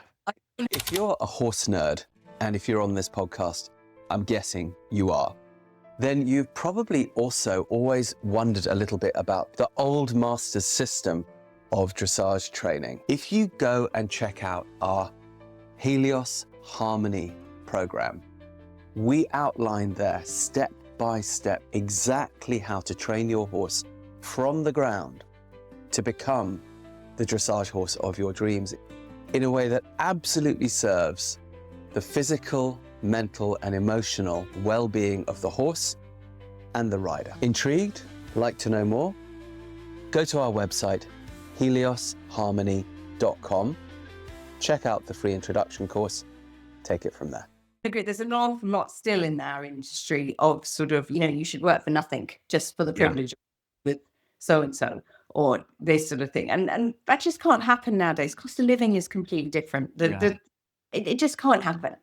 But I do. I see, and we have a lot of, there's a year in Irish education called transition year, which is a year before you take your final 2 years of school. It's optional. Some schools it's compulsory, some it's optional. And it's a year of sort of work experiences and trying new subjects. And it's a really great year, actually. Well, it depends what the kid makes of it in that year. And so we have a lot of transition year students come and volunteer with us in ChildVision, and, massively helps us support running the service, because you rely on volunteers to run this type of service. And we get a lot of transition year students because of our location, they can actually get to us. Yeah. And more and more in getting ones who come not necessarily from local schools, but come a little bit of a distance, and ones from local schools as well who have an interest in horses. And they say, I want to be a therapeutic riding instructor. And I think that's great, because that, when I was 16, that wasn't even a thing. So I think that's, I think that's great. And so then like that, I always say to them, go to college and learn about horses, or go and train and get your BHS exams and learn about horses properly. Then start looking about being a therapeutic riding instructor. You've got to go and do the horse bit first. Yes. I so agree. And it's interesting. I think you've met Leanna Tank from Michigan, who is, I think she was there at our last tribe day. She's an occupational therapist. She's an OT who works in the criminal justice system with people, in some cases, in secure units where they've been acquitted for reasons of insanity, from having done things that are so heinous that they can't be allowed back into society. And she's a very accomplished horsewoman, so she's using also tachyne and horse point movement method in that, but she's using many other modalities as well. But she's also a professor. She's an adjunct professor at a university there in Michigan teaching OTs. And she is the first to say, when it comes to the equine, being a therapist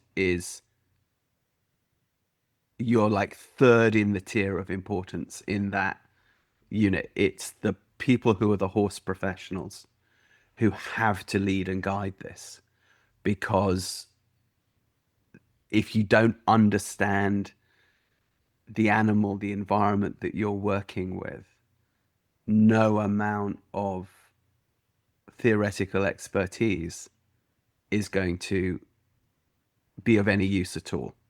And I think you guys really exemplified that through quite a lot of the pioneering work at ChildVision, because you were working with so many therapists, and those therapists were coming out of a very established organization. Had been St. Joseph's Schools of the Blind, then it rebranded as ChildVision. there was a real kind of momentum to working in that institution as a therapist. You know, you guys came in as the equine unit somewhat on the side. So it was very natural, I think, for people to look at it a little bit as an add-on, when of course it wasn't. And then I noticed more and more that ChildVision, when they were going out and doing their marketing stuff, would put the horse thing front and you know, that would be like the first thing on the leaflet, the first thing on the thing. Is like, why? Because it really works. But why does it really work? Because the people running it on the horse side were rock solid. And so I absolutely agree that it's, and you guys, I think, have done a incredible service, I think, you and Terry particularly, within the therapeutic field to kind of legitimize the horse professional as absolutely central to this role, who can then go cross-fertilize from one therapy to another. So if you come in as an OT, you come in as a physical therapist, you come in as an equine assisted psychotherapist or whatever, if you don't have that solid horse professional there who actually understands more about what you all do in your own little therapy silos, that perhaps you maybe even understand about each other because you're stuck in your ABA silo or your OT silo or whatever, that horse person who's working with all of you perhaps understands maybe more, and because they're exposed to you all and have to understand what you do and integrate that through the lens of the horse while keeping you and the child safe and served. It's a really complex role. What do you think is the sort of, if you're going to give advice to, let's go outside of the equine. If you're going to give it advice to therapists, OTs, psychotherapists, physical therapists, and so on, who want to come in and work in this sector, what do they need to know? I think it depends what they want to do.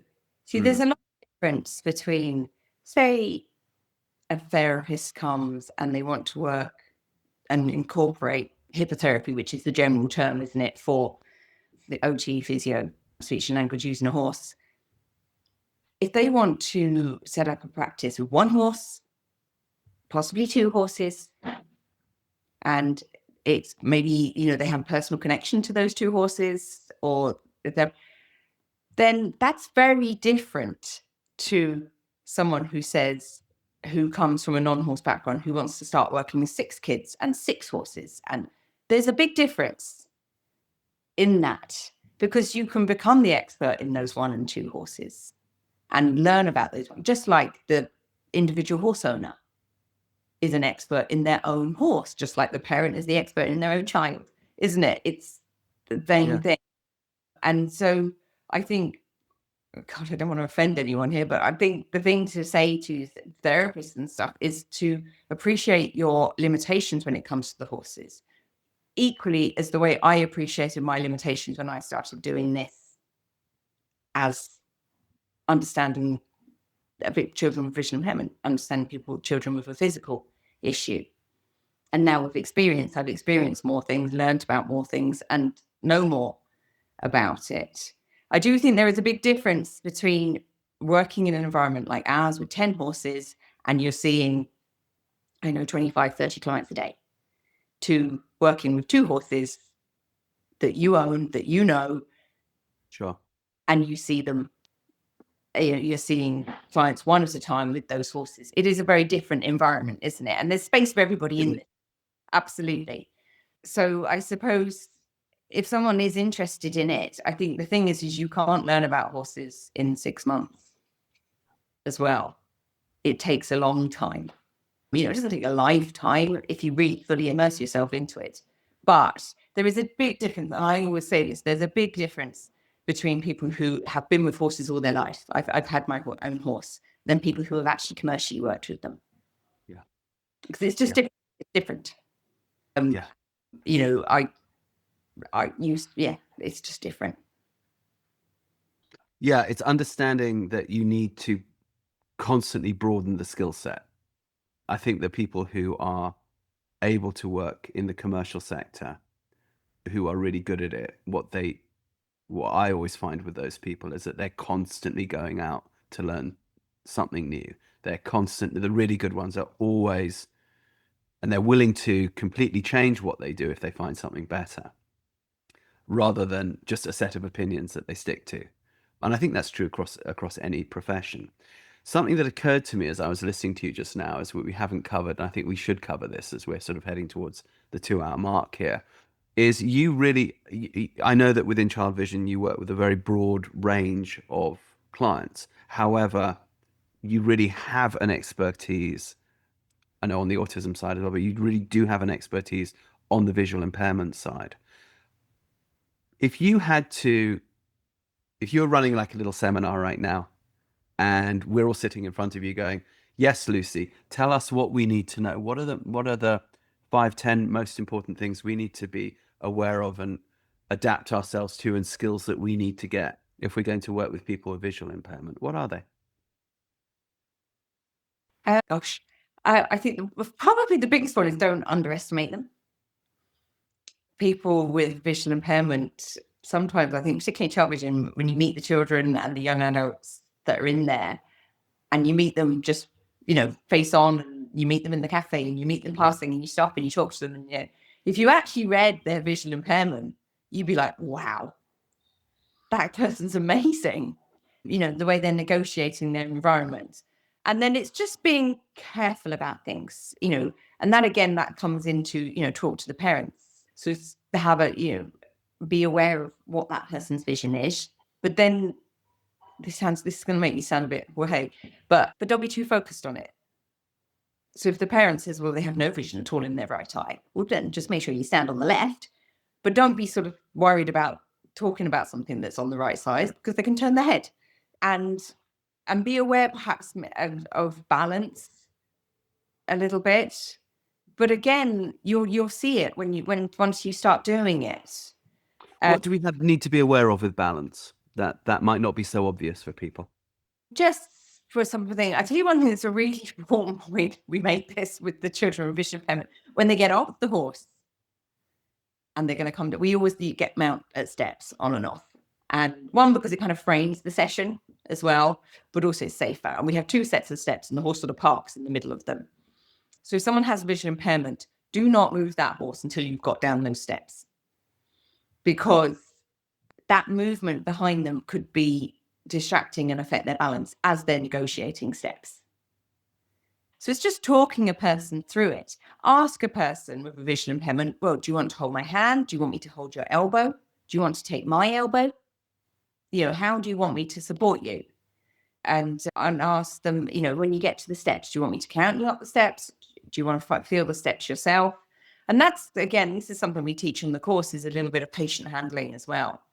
How to best support someone who, say, maybe is not just visually impaired, but physically vulnerable going up and down steps. Have a wide base, present yourself. If they're coming down the steps, say they're on the 3rd step, we'll make sure you're on the 2nd and even the 1st step with your 2 legs. So you're there.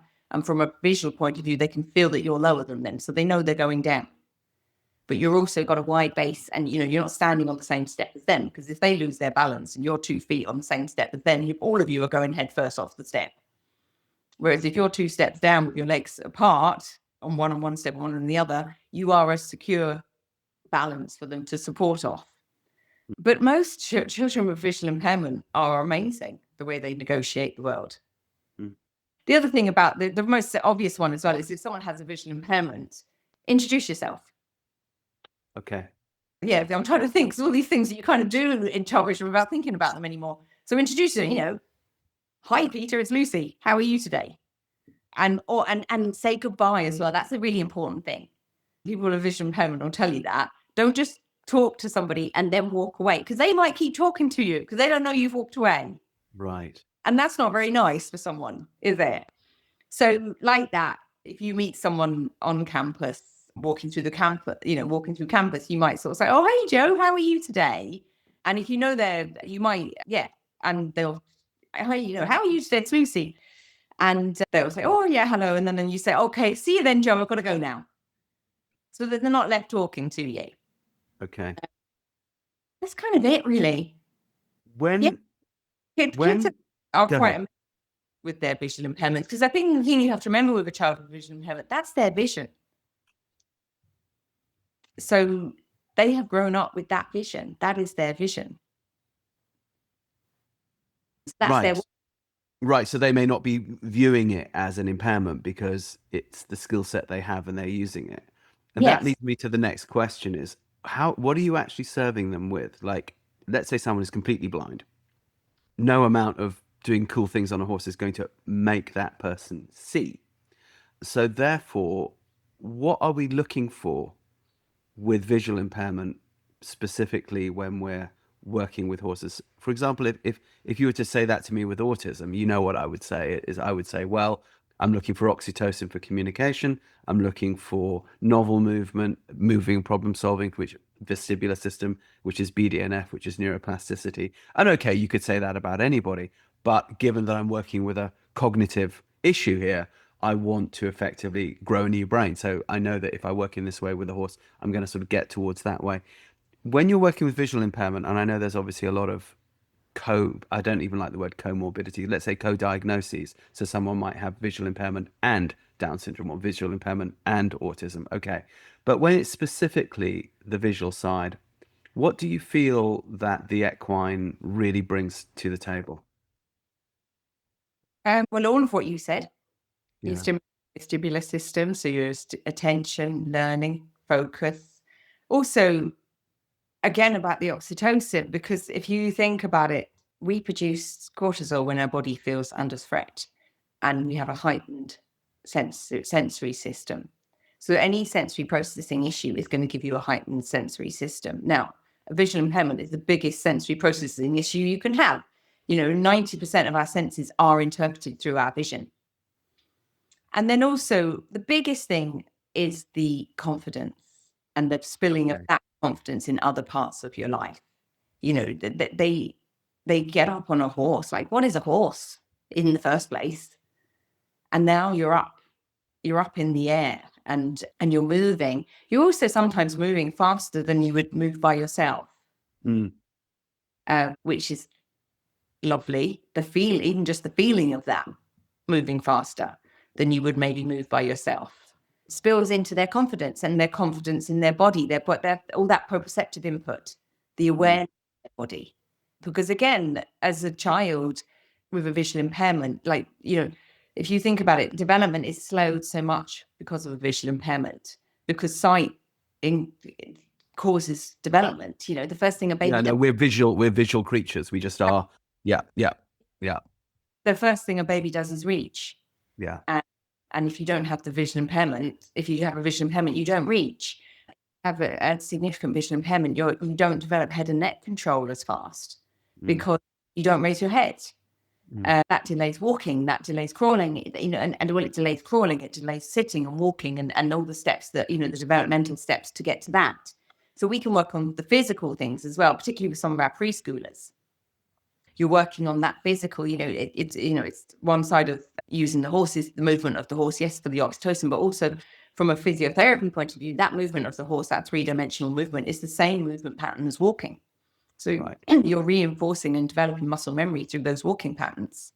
So we do a lot of work with the preschoolers in ChildVision. And a lot of them also will be wheelchair users still at that point. Now, they may not necessarily always be a wheelchair user, or they may be a wheelchair user, but who then have developed sitting balance, or they develop the ability to stand for transfers and things. But at that stage, at 2.5, 3.5 years old, they're still wheelchair users. And so we're building up that muscle and that core strength. And that's when we ride with them and hold on to them from behind. And what's so nice about that is that you can give and take the support as and when it's needed. And you can lean back and let them work on their head and neck control and stuff. So it's a huge benefit from a vision impairment point of view. And the kids love it as well. I rode a horse. Like, how cool is that? They love it.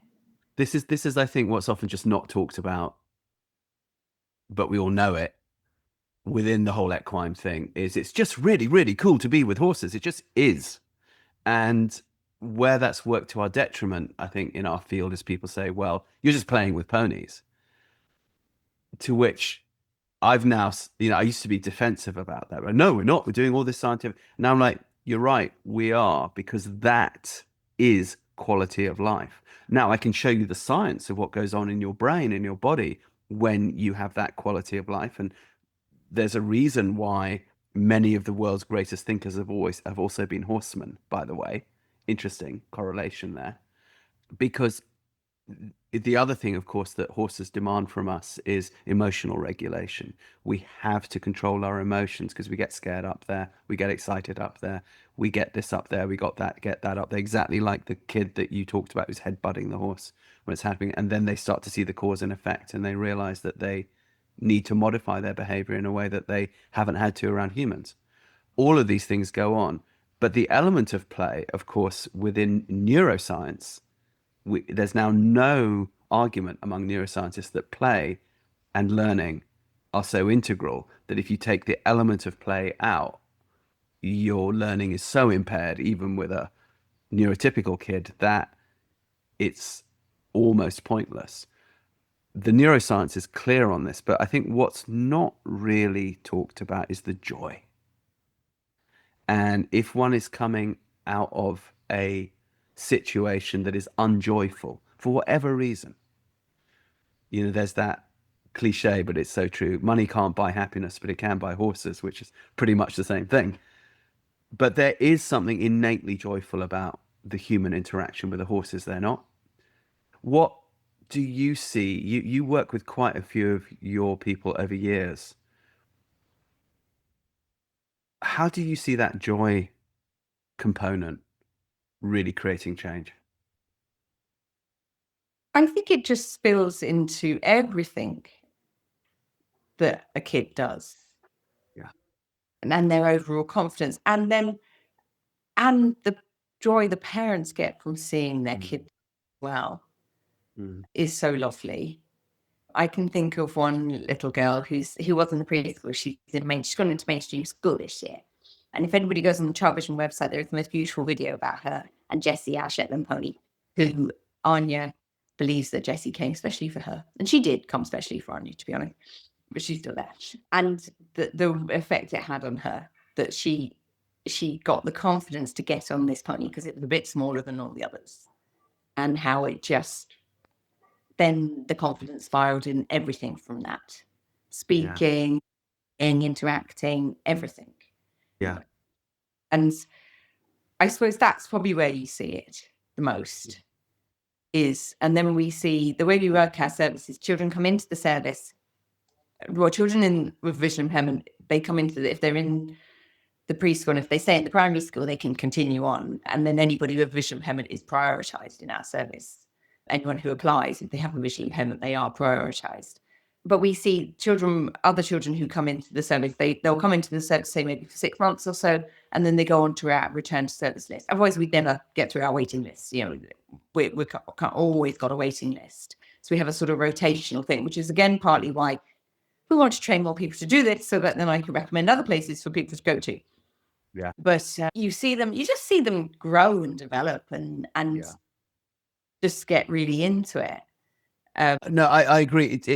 It's I think what's often forgotten when one's dealing with special needs people is because of the way economics has shifted and the way technology has shifted, that people who would have been written off as economic participants, let alone policymakers, let alone politicians, let alone professors or whatever, educators, people with particularly the cognitive impairments would have been completely written off from that. And that has changed. And now we know that you can have autism and be a university professor. Look at Temple Grandin. Or you can, we just know it's a very different field now. And as AI develops. And so what I feel that people like you are doing really is you're actually training the leaders of tomorrow. This isn't just therapy, a pony ride for some poor little kid who's then going to go up, live in a group home and have no life. These people could very well be sitting on the board of ChildVision, 25 years from now as lawyers or whatever, because of the cognitive breakthroughs, development, confidence, happiness, joy, neuroplasticity, physical abilities. You can never separate those from mental abilities that they would have gotten from their years with you. I And think I do, yeah. This is just and I often think not thought through, I think, by, yet. It's getting better, but yeah. I think more and more you see it more and more, sort of non-traditional and very fun activities for children with disabilities are being seen as not just fun activities, they're being actually identified for what they achieve. Yeah, Perhaps what it is. It's that there is, whereas previously perhaps it was a separation between fun activities and therapies. Now absolutely. it's very blurred lines between the two, and there is recognition of the value of the results of the fun activities. And you see it even in the general education, you can see that change as well. So yeah, 100%. just The other two languages that I speak, French and German, or my German is not as good as it should be, but it's functional. I learned them on horseback. I learned them having the crack. I learned them doing things that I found intrinsically fun. I don't remember any Latin and Greek, which I did at school. Don't remember it. Nothing. Not a thing. There was no crack. There was no fun in it for me. The other two things I could do on horseback, so I then ended up in other countries doing them exactly the same. So it is interesting, of course, as you say, now within mainstream education, this is becoming something that people are looking at. But we're in so the early stages of it. And I don't know if yet the equine assisted people are getting the credit that they deserve for the neuroplasticity, the brain development that they are giving through this joy and this fun. But with people like you doing your course, we have a sporting chance of getting that out there more into the mainstream because you are working with schools, so you are talking to young teachers about this. I wonder if people like you should actually be going into the not just the agricultural colleges where the people are doing the equine stuff, but the teacher training colleges and I talking would to like to. The sort of one of the biggest island primary school teacher training colleges, literally around the corner from us in Drumcondra. mm, And I think now I feel more confident in my role. It is somewhere I'd like to reach out to talk about the method, and because it's just so simple. It's not the right word, but it is simple. It well, is. anything that is good and effective is simple, actually. Yeah. Yeah, it's not science, and I think perhaps sometimes people think it should be rocket science to make it effective, but it's not. No, I so agree. I do think you need to do that because the people who are going to go on to be the school principals 20 years from now are in college right now. And Yeah, if we want to see that change, they need people like you and many of the people who are watching and listening to this podcast to go in there and inform them. Yeah. So don't know. I mean, I I think perhaps you say. is your dog telling you it's time? Yes. Yes, that they do that, don't they? Okay, well that has brought us to about the 2 hour mark. So your dog is bang on. I would like you to go and make that approach then. That's my challenge to you, Lucy. All And right I then. will I will back it up, obviously, and I'll get others to back it up. For example, as you know, we run now this neuroscience conference out of the University of Virginia every 2 years, which is mostly aimed at pediatricians, but more and more it's also teachers coming in and educators, and we can bring some of these things to bear. So why don't you put together like a nuts and bolts presentation, and we'll put together a little assault special forces team to back you up, and then just start the conversation and see where it goes. Yeah, yeah. I mean, we are getting more and more involved in different. It would be the children's agency in this country. Mm. We get funding through them for clients and stuff because it's that they are seeing the effects Yes. on the D classes, on the kids who are vulnerable, and so we are pushing that funding area all the time. And the health service executive HSE here, they can't meet. They're under pressure as well. So we're offering a nice solution. Yeah. No, I agree. Because oddly enough, people always say horses are expensive, but we can do for much cheaper what Yes. they try and fail to do with all kinds of other therapies and interventions. Yeah. Yeah, exactly. So myself and again, this task force, that's one of our aims over the next couple of years, is to get the HSE to sort of sit up and listen. And it's cross-border, so the NHS as well, to sort of sit up and listen to our results. And I'm trying to, not very well, but when I remember, I'm trying to collect data from parents and schools. But I know that Terry, she's starting a PhD, isn't she? Have a PhD student there in Stewart's. Yep. So And we've I got hope- Kez Sullivan on the case from University of Bournemouth, and Alex Northover doing it through Manchester Met University. So we're on it, yeah. But we need to get that data out there, yeah. yeah, great.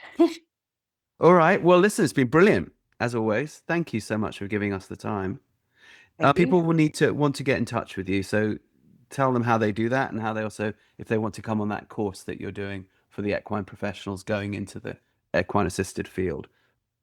So if they follow ChildVision on Instagram, they're coming off about the course literally next week. The next one we're running at the end of April. And then also, if someone wants to contact me, they can just email me, lucydillon@childvision.ie. Lucy Dillon, that's with a Y, Lucy with a Y, Dillon, Dillon, all lowercase, I presume, at ChildVision.ie. Yeah. Yeah.